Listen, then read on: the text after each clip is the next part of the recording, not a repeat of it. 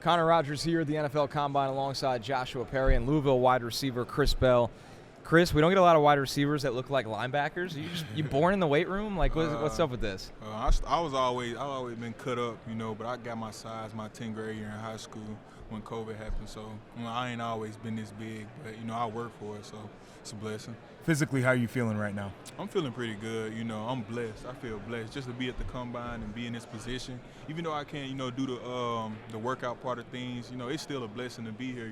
Not a lot of people, make it here. So the ability to be here is just amazing. Well, we know from watching the tape, like your big play threat speaks for itself. Mm-hmm. I don't know how many people needed to see you run a 40. Mm-hmm. But when you're hurt, is there some positives you could take from that where you get to kind of step back and the mental side of it and take some things in that, aren't – you get to breathe a little bit for a second? The positive to just being hurt but not be able to prove myself is just, like my coach Deion Branch always told me, the film show. Mm-hmm. So, like, what I don't do here, it's already on film. And the team's going to believe it or not, but it shows. It probably gives you a better opportunity to sell yourself more than just a player too. Like when you're having conversations with the teams, I'm sure you're talking about different things other than just the football right now. Yes, sir. So tell me this: what has the rehab process been like for you since the season's ended? Right now, I'm 3 months out of surgery. I would be starting to run this week. Mm-hmm. But due to me being at the combine, I start next week. But my rehab process has been more of just getting my strength back and just getting back strong and getting back confident. 3 months out, I feel pretty good. I was I'm going in the right direction early, so right. I got out my brace 2 weeks out of surgery, and I just been moving in the thread little by little. I saw on the podium you brought up A.J. Brown Mm-hmm. as an NFL player that Mm-hmm. you look to.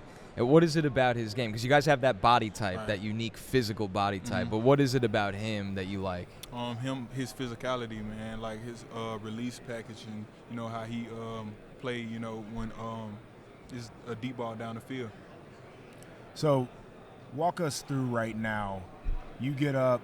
Rest of the guys are training. Is it a little bit difficult to kind of be isolated through the rehab process, or do you feel like you're still in it with the other guys you're with? I feel like I'm a little isolated. Sometimes I be feeling like an outcast, but I know I'm here for a reason. And like I said, it's a blessing to be here. What do you meet with all these NFL teams? Like, what do you get the vibe from them? What are they looking for to learn about you here as you go through that side? So I had 12 formal meetings yesterday. Day before yesterday, I'm gonna say Wednesday, and they went pretty well. It was just a lot of them, seeing, do I really know football, and just learning about me and learning about my background and myself. So when you talk about do you really know football, I think a lot of the guys that we've spoken to this week are really into the preparation, into the film study. Mm-hmm. What were your film study habits like during the season? So I studied film throughout the week with my quarterback. Miller Moss this past season was my quarterback. On Sundays, after we do our little walkthrough and things like that, I used to go to his house and just meet with him, and we just sit on the couch, chill, talk, and then just watch film in his living room. So that's and we also study film that Friday as a receiver group. Saturday before the game. Mm-hmm. Yeah, that's how my film habit was. Who was the best corner you think you went up against in college? I would say Terrell Owens from Clemson. I don't know his name. The guy, he's number 5 from Cal. There was some that was smaller than me. 5 from Cal. He was long, but they were some patient corners. They didn't fall for the things that I was trying to do.